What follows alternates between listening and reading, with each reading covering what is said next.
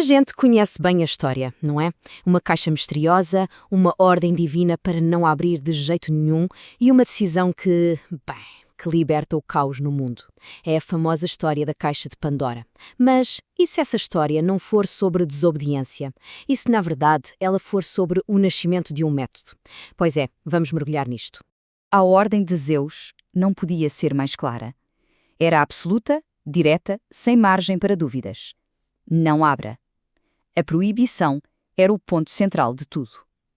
Só que para algumas mentes, uma proibição não é o fim da conversa. É o começo de uma pergunta. É exatamente aqui que a nossa perspectiva sobre o mito vira de cabeça para baixo. E se a curiosidade de Pandora não fosse, afinal, a sua grande falha, mas sim a sua maior virtude? E se as suas ações não fossem um ato de pura rebeldia, mas sim o primeiro rascunho do método científico? Na versão que toda a gente conhece, a história é uma lição de moral. Pandora é aquela figura cuja curiosidade impulsiva acaba por trazer dor, doença e todo o tipo de sofrimento para uma humanidade que até então vivia perfeitamente bem. A curiosidade dela é vista como um perigo, uma falha a ser evitada a todo custo. Mas vamos olhar com um pouco mais de atenção. A fonte que inspira esta análise descreve Pandora como alguém com uma mente inquieta. Para uma mente assim, o não de Zeus não era uma parede, era mais um convite à investigação. A proibição não despertou uma vontade de desobedecer por desobedecer, mas sim uma necessidade de compreender. E essa busca por compreensão, olha, não foi aleatória, foi estruturada. O que se propõe aqui é que Pandora seguiu, talvez até sem saber, um processo rigoroso, um método para investigar o desconhecido que, sinceramente, se parece de uma forma impressionante com a maneira como a ciência funciona hoje em dia. E este é um mapa que ela seguiu, tendo ou não consciência disso. O tal método de Pandora pode ser dividido em 5 passos bem claros, e cada um deles transforma um pedaço do mito num pilar da investigação científica. Vamos ver como esta ideia se desenrola. Tudo, mas tudo mesmo, começa com os sentidos. Antes de fazer qualquer coisa, Pandora observa. Ela sente o peso da caixa, nota o calor do metal contra a sua pele e ouve aqueles sons subtis que vêm lá de dentro.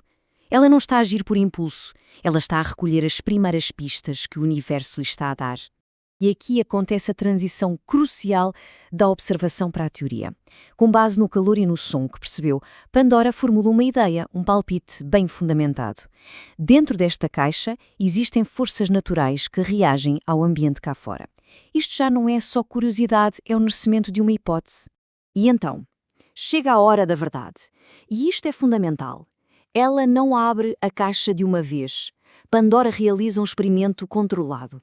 Ela quebra o selo com todo o cuidado, abre a tampa só uma fresquinha e fica a observar atentamente o que acontece. Ela está a testar a sua hipótese em tempo real, a controlar as variáveis. O resultado, à primeira vista, parece catastrófico. Sombras escuras que representam os males do mundo escapam. Na história tradicional, este é o erro. Mas no mundo da ciência não existem erros, existem apenas dados.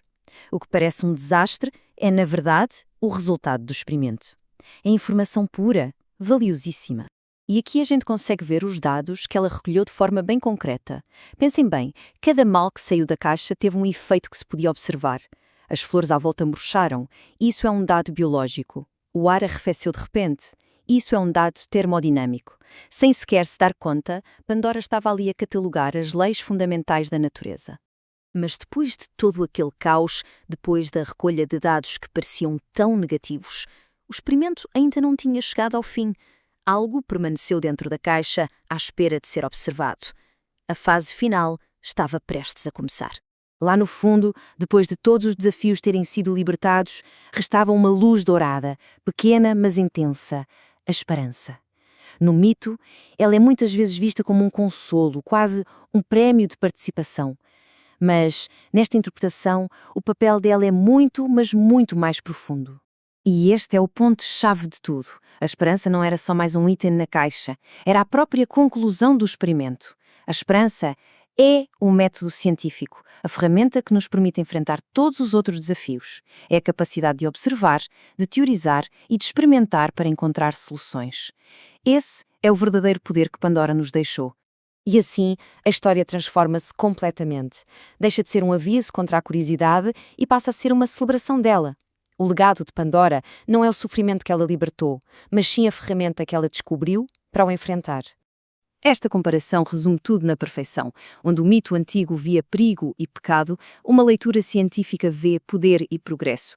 Pandora não nos condenou. Ela equipou-nos. A curiosidade dela não foi a causa do problema, foi o início da solução. E esta ideia finaliza a nossa análise de forma brilhante. A curiosidade, quando é estruturada por um método, não é algo para se ter medo. Pelo contrário, é a força motriz por trás de cada descoberta, de cada avanço, de cada mistério que a gente resolve. É a chave mestra para o conhecimento. A história de Pandora, vista desta maneira, deixa de ser um mito sobre o passado e torna-se um convite para o futuro.